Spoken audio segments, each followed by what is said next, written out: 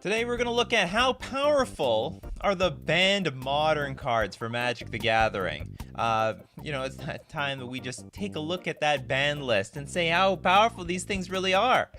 Because there's a lot of questionable ones on there. Some, we used to think that Jace the Mind Sculptor, Stoneforge Mystic were too powerful. And they came off and they were okay. They were okay. I guess some people still might complain about Stoneforge Mystic doing its thing in that Hammer Time deck. Alright, let's start off with A for the Artifact Lands, Ancient Den. Now, if you have been a follower of me for a long time, I've been saying forever, get these off the ban list. And of course, because I don't think they're that bad. I don't think they're that bad. Case in point, here's like an affinity deck right now that is seeing play. And let's look at all the artifact lands that they have. Darksteel Citadel, artifact land. Mistfall Bridge, artifact land. Now enters the battlefield tapped, but adds two different mana and is indestructible.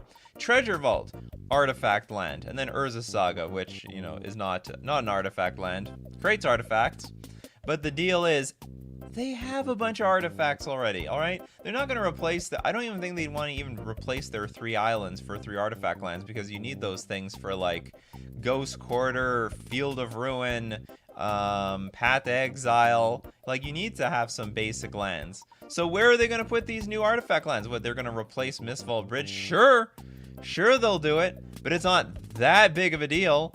I don't think that's backbreaking. I don't think that's going to take this deck all the way from, like, I don't know, that's 2% in the metagame to 10%. It's not going to have that big of a jump. Not to mention, like, Classic Affinity in its, like, most prominent point in history was a 5-color deck that made use out of cards like Glimmer Void, which were not artifact lands. They weren't artifact lands, people, so Ancient Den, this is just like a regular normal card. And like, I think people are very, very fearful of what it has done to Pauper, which doesn't have a whole lot of tools, and they're also insanely fearful of what happened in Standard. Good morning, Kyle Driver. Sorry I haven't been around. Was at the gathering of the Juggalos last week. Well, I hope you had fun. KBG, 4 of the artifact lands are completely safe. The blue one would be the most problematic out of the bunch. Based on this deck list, I disagree. I don't even think they'd barely use it. Okay, let's say they even did replace the islands with Seat of Synod. Does that make this deck instantly tier 1? No, not at all. And not to mention, it is a liability. You can get hit hard by that. I mean, this deck's already getting hit pretty hard by Force of Vigor. Eat up your creatures and also eat up a bunch of your lands. That's what's good about the tapped indestructible artifact land. At least it's indestructible. They made sure that it had protection from Force of Vigor. Yeah, non-blue are definitely fine. Blue borderline. What is wrong with Seat of Synod? It's okay. It's okay. Give it to them. What is it gonna do? Where are you gonna jam this thing in? Is it gonna go into an Urza deck that's not even an affinity deck or something? And then when you get your Urza out, you can all of a sudden tap your Seat of Synod for a blue mana. I'd probably keep the dual land and pitch the Treasure Vault if artifact lands came back. But what would it matter? Because they already have the mana that they could have. So they don't need more. They don't need more color mana, right? They don't need it. They don't need it at all. This colorless land is totally fine in their deck. Yeah, the artifact lands don't seem to be that bad. The artifact... What I'm trying to get at here is, there's no room for these artifact lands. Even if they were unbanned. Like, maybe there's some dedicated deck that would not play Urza Saga for it, and maybe that's the case. But I think the fear of these is grossly overblown. It's grossly overblown. It must be all the Pauper players speaking up about what's going on in their format. D-Tie Gaming. I don't think the Affinity deck would replace the islands. I can see the deck replacing the dual artifact land, since coming in untapped is huge versus coming into... No, it's good. It is good, but I would not say it is so huge for the Affinity deck, which is a deck that only needs to have a random land to come into play tapped. It should. They should replace them. They should replace them, but I don't think it'd be backbreaking. So to me, these aren't that powerful for Modern. Modern has way more powerful things to do. I was able to cast Steel Sabotage on a Great Furnace in a tournament in Pauper to pawn them out on their turn 2. Steel Sabotage on a Great Furnace? Ah, you bounced it. Return target artifact to its owner's hand. Wow. 1 mana, bounce your land. That's backbreaking tempo. There's too many non-games with Affinity. This just pushes them over the edge. Disagree. Grossly gross. How can you say it pushes them over the edge when they already have almost too many artifact lands as it is? They're not even playing the full 12. They have access to 12 artifact lands. They're not even doing that. If the artifact land was so important, they could kick out an Urza Saga for another artifact land. They're not even maximizing on the artifact lands that they already have available. See, this is how people are so scared of the artifact lands. It's coming with this baseless assumption that they could just fill their deck up with like 20 of these artifact lands, and then somehow the game will just play itself to a turn 0 win. The only reason it's not a problem as much anymore since they banned Mox. See, that's the real problem. Now that's a powerful card. When you got Mox in the title, that's ridiculous. But a seat is the best of the cycle. That is all we're saying. I don't think it matters all that much. Anyway, I don't think this is as... Like... The cards are okay. The cards are good, but they're not over the top busted. Okay, next Arcum's Astrolabe. Now, this is a card that a lot of people don't even think should even be on the ban list. A lot of people think that it should be Urza that should be on the ban list, not the Arcum's Astrolabe. For 1 snow, when Arcum's Astrolabe enters the battlefield, draw a card. Then pay 1 mana, tap, add 1 mana of any color. It was an incredibly good card for fixing your mana. It doesn't matter what you had in your hand. Hey, your mana is fixed as soon as you got the Arcum's Astrolabe onto the battlefield. And, unban seat. Unban the artifact lands. I want real Affinity in Modern. I don't think you're gonna get that. I don't think you're gonna get anything different from that already exists.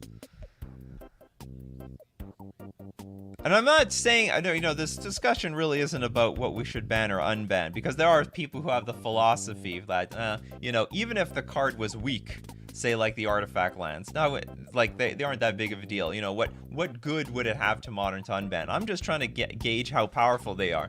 And the artifact lands overall, I do not think is of that power level anymore in Modern. Now, Arcum's Astrolabe is a really interesting case because it was an incredible mana fixer. It was also a cantrip, which debatably would put it over the top. You could flicker it, for example. You could bring it back to your hand. But in Modern, it was mostly like card draw slash mana fixer. And not to mention that one thing it could really do, there's 2 cards that actually ended up getting banned that really utilize this card. Oko, Thief of Crowns, which got banned by itself, because it could turn the Astrolabe into an artifact, and also Urza, which is not banned. Urza High Lord. Is it High Lord Artificer or Lord High? No, it's Lord High Artificer. Millmat with the I gotta make a sound effect just for you, Millmaster. Millmaster, there are worse crimes than banning books, like not reading them. There are not truer words ever spoken from Millmaster. Read your books. Let us all know in the comments section what you're reading right now. Astrolabe made monocolor suck. No, you know what made monocolor suck for eternity? Fetch lands and dual lands. There's just like there's nothing really, there's nothing really punishing multicolored decks in Modern at all, right? And while we're at it, let's ask the chat, powerful or not powerful?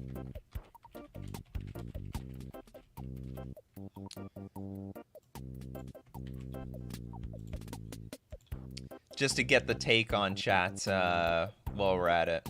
Astrolabe removed the restriction of playing more colors. Remove the restriction? I don't understand that. Bring out the Blood Moon. So that was one great thing about Astrolabe, is that you could just get a bunch of basic lands into play. They play Blood Moon, and you don't care. If you have your island in Plains, but an Astrolabe in play, then all of a sudden you have the red mana, the black mana, the white mana, whatever you need. So it did help play around those cards. It helped play around Field of Ruin? Yeah, Field of Ruin. Only hits non-basics. Sacrifice Field of Ruin. Destroy target non-basic land an opponent controls. Each player searches their library for a basic land card, puts onto the battlefield, then shuffles. So Astrolabe did, in effect, give you protection from all the non-basic land hate.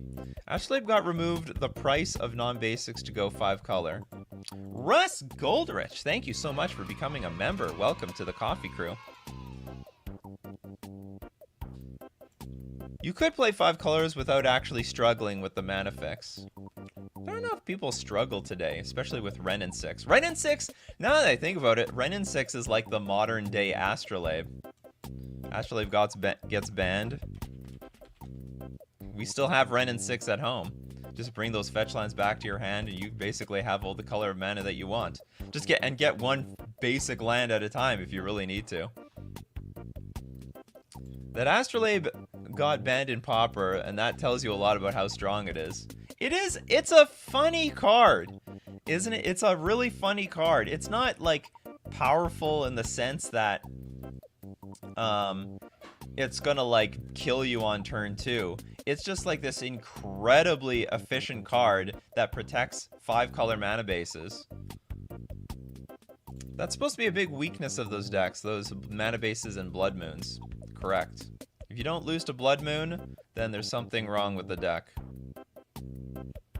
Wrenn and 6 costs money, so it can't be banned. Oh, it can be...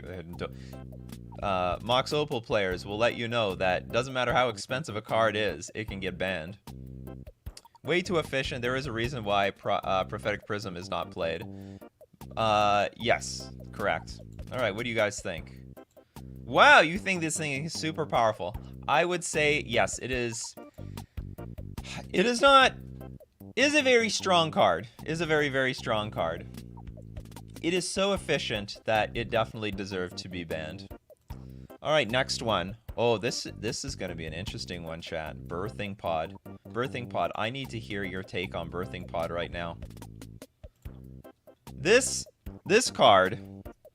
I guess I could do this off screen. This card was the tutor of all tutors. The big daddy of tutors at the time. You could get this thing out, by the way, on turn 3. Phyrexian Mana is just another one of those... We're going to find a lot of Phyrexian Mana cards on this list. It's a completely busted mechanic. Perhaps one of the most busted. So you can ramp this thing out on turn 3 with a Mana Dork, and then pay 1 and sacrifice that Mana Dork. Search your library for a creature card with converted mana cost equal to 1 plus the sacrifice creature's converted mana cost. Put that card onto the battlefield, then shuffle your library. Activate this ability only anytime you could cast a sorcery. You know, just tutoring, you know, we look at things like a mystical tutor, where, not legal in Modern, but legal in Legacy, and it's banned in Legacy. It's banned. This tutors on top of your library. Then we got things like Demonic Tutor, banned, Historic and Legacy. Does not tutor on your library, tutors into your hand.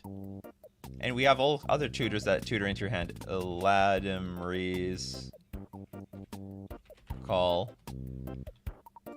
I didn't spell that one right. Not banned, but also a very playable modern card. Sees a lot of play, has seen a lot of play in multiple different variations of decks. But then we get to Birthing Pod. This tutors into play. It goes directly onto the battlefield. That is disgusting. That is probably the most powerful tutoring effect you can get. That's why Neoform is a Neoform deck. That's why Neoform created Neobrand. It's not that you, like, put a creature into your hand, it's that you're tutoring it directly into play is the problem. Mikey J. Anti-color pie cards like Astrolabe are super hard to balance and generally mess up formats. Vegan Economist, can we distinguish between powerful and ban-worthy? Get Probe isn't powerful, but is 100% ban-worthy. I would argue it is powerful because it enables decks to be powerful. It enables decks to kill you on turn 2, turn 3, or turn 1 if they have it.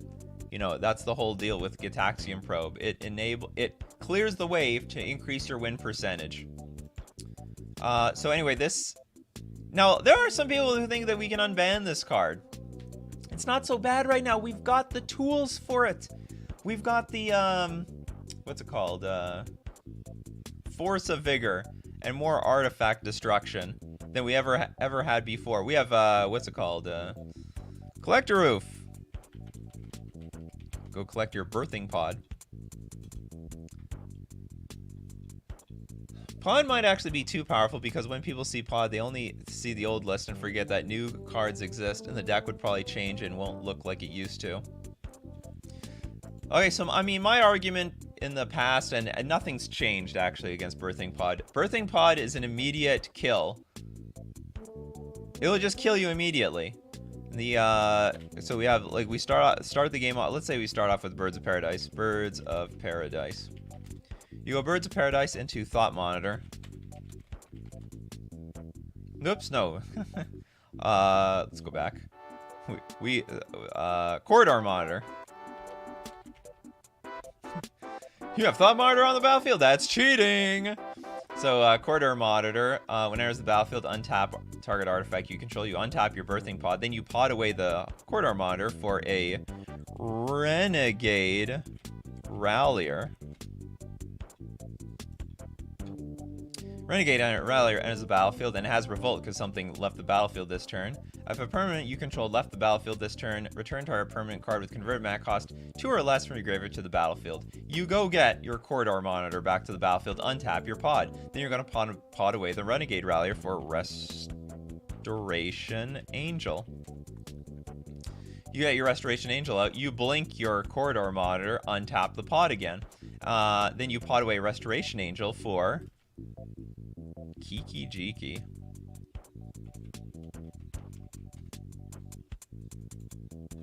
Get your Kiki Jiki in play, then you get to create a token of target non-legendary creature you control. So then you get so you copy the monitor, it untaps the pod, and then you can pod away. Oh man, how does this? No, hold on. No, can you make? Oh, wait. Corridor Monitor. What do you do? Or do you need to untap the Kiki Jiki? When it enters the battlefield, untap target artifact or creature. Okay, so we can untap the Kiki Jiki and make infinite Corridor Monitors. And, does this work? No, yeah, because it enters the battlefield. You don't tap the Corridor Monitor to untap the Kiki Jiki. Anyway, there's the combo. That's the combo. So that is available at any moment. Now, getting back to Birthing Pod, you know how many people hate Teferi Time Raveler? Let's get Teferi Time Raveler on here. Teferi Time Raveler. Let's get Teferi on here. No, not Time Ravager. Teferi Time Raveler. Think of how many times you hate Teferi because it's a turn 3 play and you couldn't get it off the board. You think about how many times you hate that. I can't do anything about this Teferi Time Raveler. Just can't do anything about can't do anything about this thing on the board. You'd be dead in the Birthing Pod situation. And it's not even something you can attack. It's not even something you can attack. If you do not deal with that Birthing Pod, you die. Now, some people are going to bring up the argument, well, I can interact with it with, like, a removal spell. Doesn't that deal with the combo? Not really. Okay, let's say you hold... So the deal is, if you tap out, I combo off. Let's say you don't tap out. Then I'll just hard cast Voice of Resurgence. I'll just hardcast it. I'll play my Voice of Resurgence. Then I'll pod it away.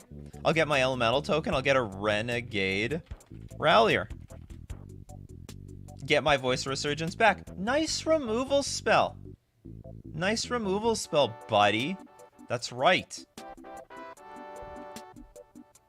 This hits late enough and is soft to both artifact and creature removal that it's probably fine. No, it's not soft removal at all. So there's a lot of removal resistant cards that you could put in a pod deck like Voice of Resurgence that will make you absolute agony. So the deal is, if you tap out, they win. If you don't tap out to hold up removal, they'll play the value plan. It'll grind you out easily. It won't even be fair. I think the only thing that you could do against this deck, I don't even know what you can do against this. You have to blow it up. You have to blow the pod up. You see a pod, you blow up the pod. If you can't blow up the pod, you're probably just devastatingly worse. I repeat, each pod activation costs at least 1 mana. Yep, that's fine. You have that in the first so in the first example that I gave, if you have a mana dork, turn 1, turn 2 pod, turn 3 mana source, that's enough to win. Pod is only sorcery speed though. Well, it most certainly didn't matter at the time. So just keep in mind, you can snap lose to this thing that's out. And Martin says, all right, I think you changed my mind. All right, what is the vote right now? What does the vote say? So a lot of people do think Birthing Pod is too powerful. It is disgustingly more powerful, and yes, the argument still holds up that as better creatures come out, the card is only going to get better. And who knows what insanity is here right now. We have other pod-like effects, but they have summoning sickness and our planeswalkers, which are harder to abuse. There's a lot of it's actually really hard to make good use out of the other pod effects. This one is like the most efficient. It's the cheapest, and it's the most flexible. Like these, we've got like, I can't remember the other ones. The ones where it all needs to be one creature type, or it needs to be well, whatever. There's just a bunch of really weird stuff. It's slow for a combo deck these days. No, it was a slow for a combo deck back then. Today, it kills you instantly. Today, it just snap kills you. For this huge process to happen, you would need 6 mana and all the cards on the list for this combo. No, you didn't. Maybe you guys didn't pay attention to the combo. Okay, I'll go over it again, just in case. Just to clear things up, it's okay. It's your first rodeo around here, it's not mine. Turn 1, Birds of Paradise. Turn 2, Corridor. You play a land. Turn 2, Birds of Paradise. Sorry, turn 3. You have your Birthing Pod out off of Birds of Paradise. Turn 4, Corridor Monitor. You have 4 mana now. It's turn 3, you have 4 mana up. You pay a mana to get the Corridor, to pod away your Birds of Paradise. Add mana with the Birds of Paradise. Get the Corridor Monitor. Then you get Renegade Rallier. Then you get the Corridor Monitor back. Then you pay 1 of your mana to pod away Renegade Rallier for the Restoration Angel. Then you pay the mana to pod away Restoration Angel for the Kiki Jiki. And then that's it. There you go. There you have it. Yeah, you only need 4 mana. Anyway, trust me. It's interesting how complicated this card is, conceptually. Neoform is the cheapest pod effect, right? Yeah, actually. That's right. And that's also a pretty busted card. It's pretty good. Anyway, this is a very, very, very, very powerful card. And I believe that there isn't a number of artifact hate that can come into Modern to make this fair. I don't know, unless it's Karn, the Great Creator metagame. Like, the metagame is just all Karn, the Great Creator. You need to, like, just stop this card in its tracks the moment it enters the battlefield. That's the way I look at it. I think it's in my opinion, it's a very dangerous card. I know Aspiring Spike once tested the card, said it was fine, but I think he jammed it in the Yawgmoth deck. I think this thing is just insane. All right, next card. Blazing Shoal. What do you guys think of Blazing Shoal? Red X. You may remove a card from your hand. You may remove a red card with convert mana cost X in your hand from the game rather than pay Blazing Shoal's mana cost. Target creature gets +X/+0 until end of turn. And the deal is, I mean, the main reason this thing is banned is because of infect.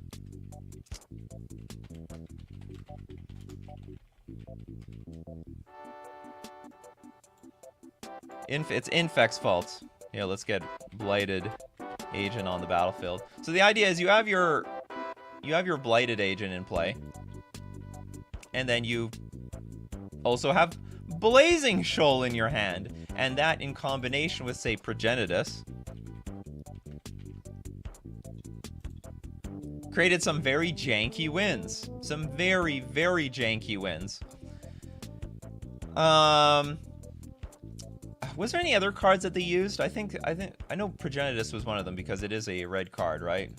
So you like, and you get +X until end of turn equal to the card's converted mana cost. And this thing, of course, is 10. So you give your Blighted Agent +10 +0 and kill them in like one shot.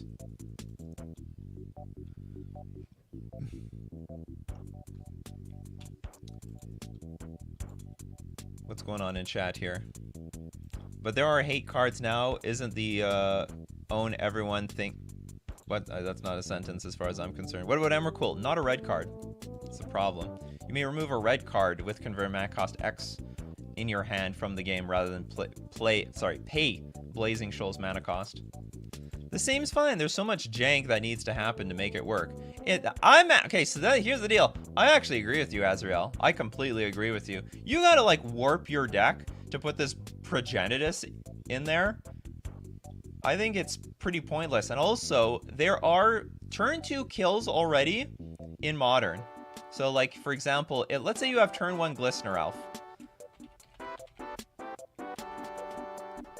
I actually think Blazing Shoal is just a garbage card now. So we have turn 1 Glistener Elf, and then what we can do, we can go turn 2 Scale Up, followed by, I don't know, Might of Old Groza? Is this the card? So many pump spells. Target creature gets +2/+2 until end of turn. If you cast this spell during your main phase, that creature gets +4/+4 until end of turn. Now, this is sorcery speed, and I understand Blazing Shoal is at instant, but Blazing Shoal is still 2 cards. You can do it the hard way, and also this is flexible. Scale Up is way more flexible than Blazing Shoal, but you could still kill with 2 cards these days. I think Scale Up is just like a more flexible but slightly clunkier Blazing Shoal. Blazing Shoal is a joke and makes our ban list laughable. Blazing Shoal, in fact, consistently wins unbanned Modern events as well as no lands Belcher, Chrome Mox, whatever. Blazing Shoal, in fact, it consistently wins. I have never heard of Blazing Shoal, in fact, winning any unbanned Modern events, to be honest. I'm not gonna lie. I hear Eldrazi, I hear a Hogak, I hear lands. I'd never heard of the Infect deck doing so much damage, especially since that's a deck that's a format that plays Mental Misstep. Vines of Vastwood is better in my opinion, but you don't have a turn 2 kill with that. I mean, yeah. I mean, Vines of Vastwood also goes in the deck. It's a card. You play 1 Progenitus. Ah, yes, the Summoner's Pacts make it less clunky. That's a great point. That's a very good point. So you better win. So it's now you're in a situation where you win or you die. Let's not forget, we do have, like, infect creatures are really vulnerable. Don't forget about that. You know, Plague Engineer, Fury, Solitude, they're really, really vulnerable these days. Although I have to say that they'll be less vulnerable if you can pump them up for 0 mana.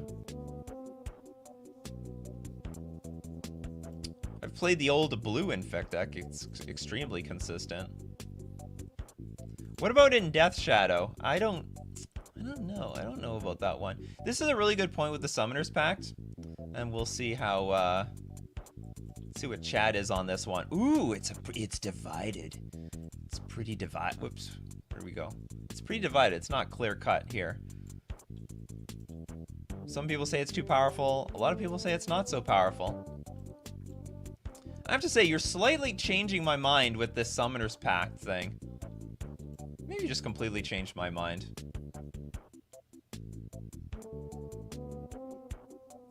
But you still, if you don't win, you die. But you can protect your infect creature pretty well. You can protect your infect creature relatively well if you play this line, because you can pump it up for 0. And then use all your green mana left to protect the infect creature. You also have Blasphemous Act to pitch to Soul. That's an interesting line. But then you can't find that one with Summoner's Pact. What does Blazing Shoal really bring but degenerate combos? Well, I'm not. Yeah, remember the discussion isn't about like what we want to unban. We're just trying to gauge the power level of cards on the ban list. Honestly, maybe you guys changed my mind on this Blazing Shoal one with the Summoner's Pact. This is like a pretty... But, like, can Summoner's Pact be clunky if you don't have the combo pieces in hand? I would have to see what this deck list looks like. Make no mistake, I mean, even if with 1 Progenitus and 4 Blazing Shoal, that's some clunkiness in the deck. Oh, maybe we're out to lunch on this one.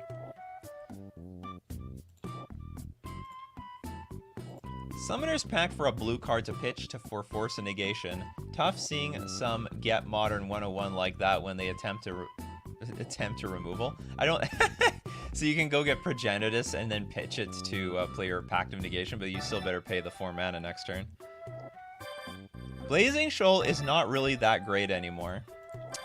Phobos says, I remember back in the day, Blazing Shoal was used with Progenitus and Ink Moth to turn 2 people. And that's the thing, the people will fear that the same thing will happen today. Make no mistake, if the creature is interacted with, you die. You're most definitely going to lose. But you've lost like basically 3 cards for this entire thing. And also, if you don't win, you lose to the pack trigger. Aren't most of these combos kind of clunky if you don't have the pieces in hand?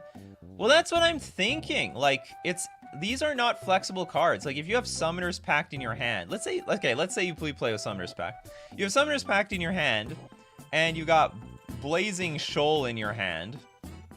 Sorry, or Blazing Shoal in the hand. Like, these cards don't do anything unless you actually have the combo available. Otherwise, like, the pieces of these combos are just terrible, which is why I said, you know, scale up. We can kill people on turn 2 with scale up, but the card is very flexible by itself. You don't need like a second piece in hand to make this good. Let's talk about Phyrexian Probe next. No, in order, in alphabetical order. All right, this one's an iffy one. It is I will give it this. It is a janky powerful card. It has the potential for turn 2 kills. I think it's a bit jank, but the power is there. Alright, next one. Bridge from Below. Bridge from Below. The card that shouldn't have a mana cost. It's pointless to have a mana cost on this thing. Bridge from Below. Black, black, black. Whenever a non-token creature is put into your graveyard from the battlefield. If Bridge from Below is in your graveyard, create a 2/2 black zombie creature token. When a creature is put into an opponent's graveyard from the battlefield, if Bridge from Below is in your graveyard, exile Bridge from Below. So basically, if you can kill off your own creature, you exile the Bridge from Below. This was a pretty insane card. It was always messed up. It was in the same world as like Vengevine, where Vengevine would be really well positioned, and then when the graveyard deck got dismantled or banned or there was an answer for it, it like disappeared, and then it would come back when graveyard decks were really good again. Andrew says, unban it. Unban Phyrexian Altar while we're at it. This card is very, very, very, very powerful. It was an engine in the Hogak deck, so this was one of those types of cards that ended up getting killed alongside like some other powerful cards like Hogak. I'm with Kebby on this one. Keep this banned and unban Hogak. I wouldn't go that far. Did this card get banned for the sins of Hogak? Yes, but it was a stupid card by itself. I mean, could we have Modern with it? Probably. Like maybe? I don't know. I don't know what new deck today would have used this thing. Probably something. But like there were bridge decks before Hogak existed. So don't believe that bridge is perfectly fine because it was really Hogak's fault that took it over the top. Azrael says, the fact that this gives you free value for things you're already wanting to do is too much. Bingo! You got it exactly. I like that. Azrael worded this way better than I ever could. It gives you value for things that you already want to do. So if you're doing a lot of sacrificing, you got your engine going, I mean, you want to do that anyway, and it's basically free. Now, I have to say, it must be a little bit harder to utilize this card today because there's no faithless looting. Like, you can't, it's got to be a lot harder to get into your graveyard if it's stuck in your hand. But generally speaking, you're probably like still dredging or milling something or something. Spencer Ward, bring back Bridge. I want to build more Fauna Shaman decks. Oh God. You're not going to be the best Bridge deck if you're putting in your Fauna Shaman deck. All right, so how does... Oh, chat is split on that. We got a split decision. Half people think that this is too good. Half people don't. I wrote Bridge from below. I'm supposed to... Maybe the question is not clear. The question is the card too powerful? I think this card is a bonkers nuts card that is just waiting to go over the top again. So, Bridge from below, we can say bye-bye. Bye-bye, Bridge from below. Don't let the bandless door hit your butt on the way out. Oh my God, this is going to take us forever to get through this whole thing. This is going to take weeks. Alright, next one, Chrome Mox. You know how I feel about the 0 mana cards. Now, what was funny is that this is a worse Mox, in my opinion, compared to, say, Mox Opal. So it has Imprint. When it enters the battlefield, you may exile a non-artifact, non-land card from your hand, and add 1 mana of any of the exiled card's mana cost. Is this too powerful? I think what makes Modern modern is that you don't have this accelerated mana to do degenerate, aggressive stuff. Like proactive stuff. See, I'm not against like mana efficiency or like free spells when it comes in the form of like Solitude, Fury, Force Negation, Subtlety, Force of Vigor. For the most part, it's defensive. You're trying to protect yourself. Most part. In some cases, Force of Vigor can end up being like a weapon in the graveyard-based decks to protect themselves from artifact hate and go on with their degenerate nonsense. If no Mox, no Chrome. Yeah, if no Mox Opal, no Chrome Mox. No free mana in Modern. Ban the free mana. Or maybe I've just formed a community that hates free mana. I've convinced you all. Petri, too powerful. All spells loves this in Legacy. Albert says, I know it's a bit off topic, but I only play Death and Tax today. I'll be running Smooth Brain Stompy at my local game store. Any tips? Just enjoy. There's no thinking, just playing. I think Chromox is safe-ish. It's basically Force of Ramp and vulnerable to answers. But that's the problem. It's Force of Ramp to do something mean and powerful. See, that's the problem with this fast mana. When it's used to attack, it's a pain, because all of a sudden now you're losing 1 turn faster than you normally would. Yeah, it's effing Mox in the title. Ban it. Ban anything that has word Mox in it. Azrael says Chromox is basically the only Mox that's kind of fair, since you 2-for-1 yourself, but in Modern it's a tad too strong even then, even if it entered tapped or something. That would be interesting, actually. If you had to pitch a card and the Mox came into play tapped, I wonder if that would make it a little bit more fair. Absolutely no mana in Modern. BNR announcement. The new BNR announcement. It is we're banning all the mana, all the basic lands. Basic lands are banned. Fetch lands can be legal, but all the dual lands are banned. Anything that's fetchable is banned. If Seaman Spirit Guide is banned, they should be also banned. I think we've learned our lesson up to this point. And for the last year, I mean, with the exception maybe of Hammer Time decks, Modern's pretty slow. Doesn't anyone agree? Like, Modern, I think for the first time ever, well, I would say for the first time ever, I would say since Splinter Twin has been banned, I think Modern has been a pretty slow format. It's a powerful format. You're doing like haymaker things, but it's a slow format. Nobody's winning. Very few decks are winning on turn 3. Some decks are effectively won by turn 3. But no one's literally winning by turn 3. Thomas is like, I'm half an hour behind, but Hammer would absolutely use the artifact lands. Nobody cares about Affinity. I don't think they would care. I don't think they would use it. I mean, they would use it, but it wouldn't put it over the top. And that's definitely not what puts Hammer Time over the top. Okay, so people think, yes, Chrome Mox. Wow, some people don't think it's too powerful. Sounds like mono-red prison players to me, if you ask me. Alright, Chrome Mox is gone. Now here's a funny one, Cloudpost.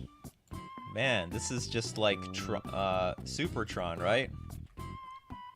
It's why is it doing that? Okay, so is this too powerful?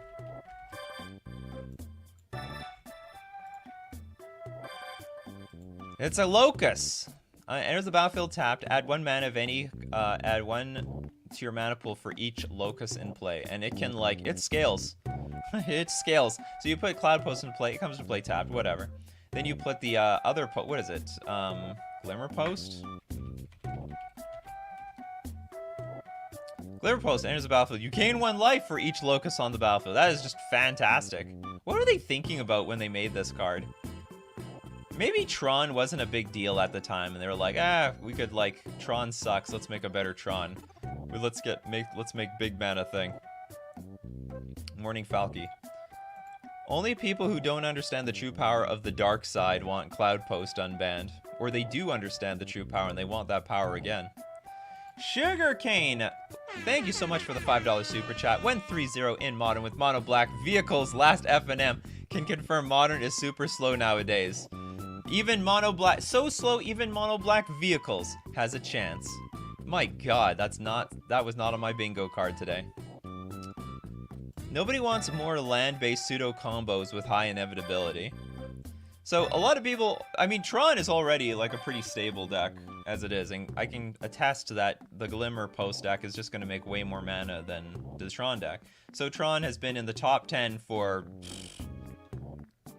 either top 10 or a competitor for the last 7 years. And Tron has only been getting better because, you know, inevitably they keep printing like better, just more artifact cards. Better colorless cards. Look at all the Eldrazi and Planeswalkers they printed. Look, they gave us Ugin, for crying out loud. So this only gets better. And we don't have Wasteland in the format. Wasteland would keep this thing in check. But we don't have this. Most people, they don't like it either. They don't want to see it. So this is just Super Tron. I'm curious to know how big of a deck this would be in Modern, though. Like, is it top 3? Is it like top 3? Is it the best deck in the format? Are there other decks that compete with it? Like, probably Hammer Time competes with this, right? Probably Hammer Time competes with this. Ren and 6 should get banned with Wasteland in the Modern. Well, that's the thing. We don't have a Wasteland in Modern. But if it did, I guess it would. Oh, Boulder! Thanks so much for the super chat. To be fair, I prefer my games being slower. What about you? I like the slow games. I'm a merfolk player. I can't survive a fast metagame. I'd be dead. Get the ugly Wasteland art off my screen. I know, this is the default art. Oh, it's terrible. There's a lot of arts too. They could have chose the Expedition. There's the Judge gift card one. Where's the OG one? There's the OG one. I like, you know what? I don't really like the OG one, but it's nostalgic, so OG it is. Okay, so where are people on Cloudpost here? Yeah, only 78%. Are you guys nuts? What 22% are just like, I want to go against the system? Whatever. So Cloudpost is definitely too strong. It would use, I'm pretty sure it would use all the same, like, cards in a Tron deck in order to enable its entire empire. But if you have 3 of these, and like, if you have 3 Tron lands in play, you make 7 mana. If you have 3 Cloudposts in play, you have 9. So it really scales. But you wouldn't have 7 mana immediately. That's interesting. You won't have 7 mana immediately. You could have 5 mana by turn No, you can have 4 mana by turn 3. Unless you have 4, was the Vigor card. Is there an argument to unban this thing? 22% of players are Marauders. 22% of people haven't been playing Modern since the beginning, LOL. No, it goes in Affinity? Oh yeah, that's true. Maybe it can go into another deck that I'm not even thinking about. But I don't think it would go in Affinity. It's too clunky. It comes to play tapped. The problem with Cloudpost is the locust that gains you life that gives you time. True story. True story. Time is money. Argument, I want to play it. Okay, go for it. You go play it. Uh-oh. Uh-oh. Oh, this is an interesting one. Dark Depths. Is this too powerful? Is this one too powerful? This is ridiculous. This is a hotly debated card.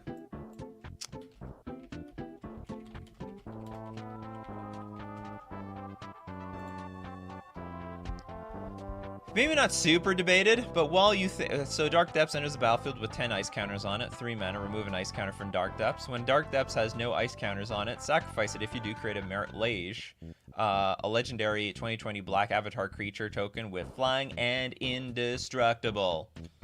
Alright, while you guys simmer on that, we gotta thank our sponsors, starting with FusionGamingOnline.com.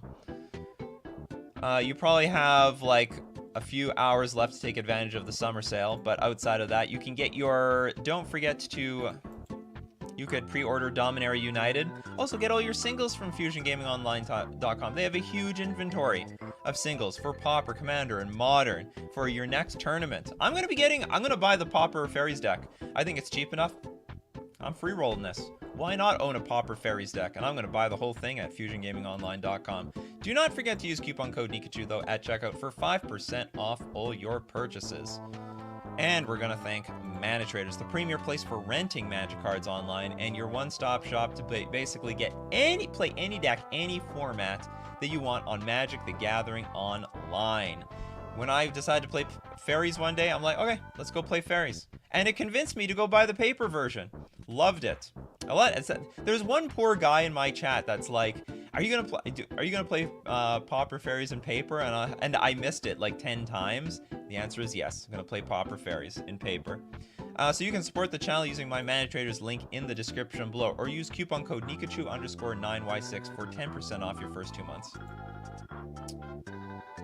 Alright, now back to Dark Depths. Because there is... Now, it's a super powerful card, and I'm not going to argue about that. It's ridiculously strong. But there are answers to this thing now. I mean, there's, like, Solitude. In some cases, there's, what's it called? Not Patek. You have March of Otherworldly Light.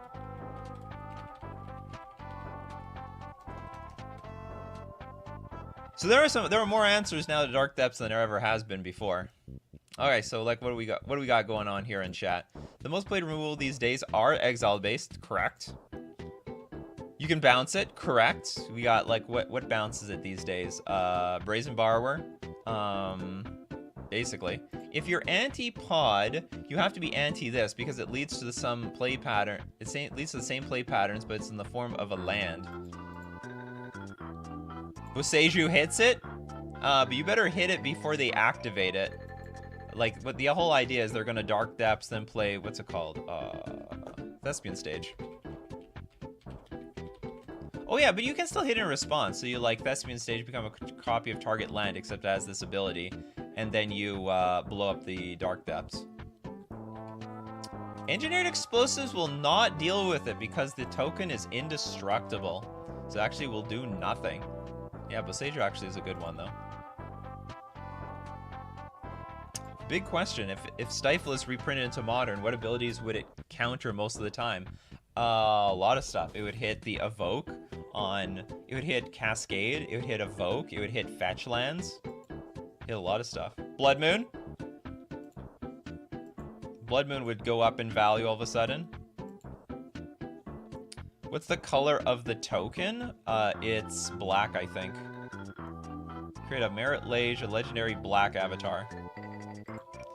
Okay, Teferi can bounce it, but there's a problem with that line. There is a problem with that line, and I have to admit, Thespian Stage becomes a copy of target land except as this ability. You can do that at the end of your opponent's turn.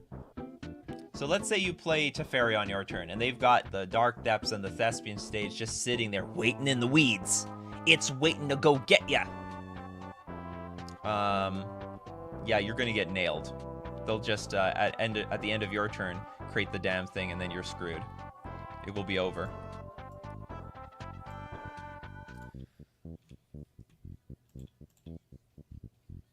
It suffers from a lot of Urza Saga hate. Oh yeah, there's still Blood Moon. They can do things like you can blood... Oh, it does... So not Blood Moon. Spreading Seas? Does Spreading Seas interact with this? Can spread it? I think maybe Thespian Sage can still copy the land, even though it's the actual depths is a Spreading Seas at the time. It would give us a reason to play Break the Ice, though. Oh, finally. It's your time, Break the Ice. Maybe they were preparing. They're preparing to unban Dark Depths. All these cards are illegal in Legacy, and the deck is still amazingly strong. No crack, chat.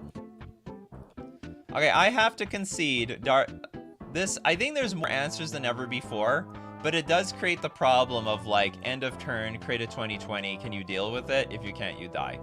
It's essentially what it is. You'd have to, like, block this thing in the air. I think this is it, and it would be a problem. Like, if you, and even if you block it that one turn, you have to continuously deal with this until you can find an answer. Tontor is like, if Dark Depths is so safe, why won't we unban Twin too?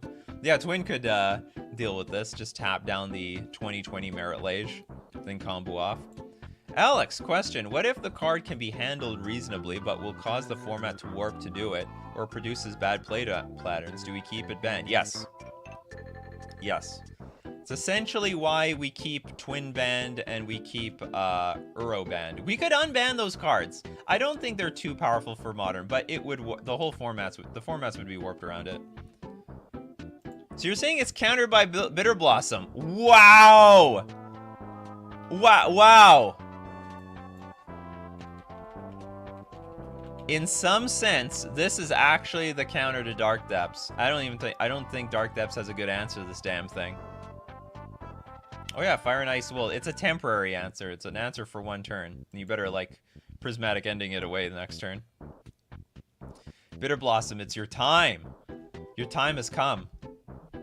It's not where I expected it to, but it's come. And what do you guys think? You guys think, wow, it's pretty divided here. You guys are divided. So there are a lot of answers, but it's just that inevitability thing that I think is going to make Dark Depths a little bit too powerful. I used to think that it's... And maybe it still is iffy. I don't know. We got to see... I would have to see how it shakes out in Modern. Maybe it's harder to assemble the combo than it is. Like, it is a slow combo, but when you get it online, you're... Like, it's devastating. It's a hard thing to tell. I would like to... I would be curious to see what it does. Now, I'm told that Dark Depths is one of the stronger decks in No Ban Modern, which makes me believe that maybe it's too good. Depths would be green-black, so they'd be okay with it versus a Bitter Blossom, but it is hilarious that it just blocks Merit Lage all day. Well, not all day. For 20 turns, then the Bitter Blossom player is dead. Elvish Reclaimer exists. That is correct. Elvish Reclaimer could... But Elvish Reclaimer can die. Ghost Quarter would work too. Ghost Quarter is good. Ghost Quarter, Field of Ruin. We have a lot of cards that can interact. So, anyway, it'd be interesting. I think it would be interesting to see what they would do.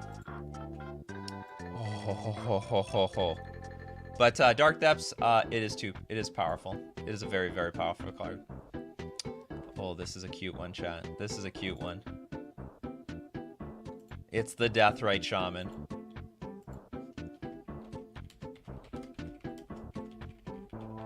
The card is like basically all... Okay, it has one home left. Okay, it has a few homes. It has like what? Pioneer and Vintage. And it's only good... You know, it's good in those two formats. Because they both, I don't think, use fetch lands. In Vintage, I look at some of the mana bases. They don't even have lands in them. It's just basically a bunch of... It's Artifact City. Dark Depths plus Vesuva. Yeah, I mean, they would use that as well. Very fair in Pioneer, because there's no fetch lands. So, like, or there's very few fetch lands, I should say. Commander 2, yeah, it's a nice one in Commander. It must be nice to play that one in Commander. Because in Commander, who cares? You could have your Dark Depths combo in Pioneer if you want. In Commander if you wanted to. Unbanning this would basically ban Living End. No, I don't think so. I don't think it would it would hurt. They would not be happy, but you know, there are still cards like, shoot, I think there's one Living End creature that kills creatures, but I think it's non-black creatures.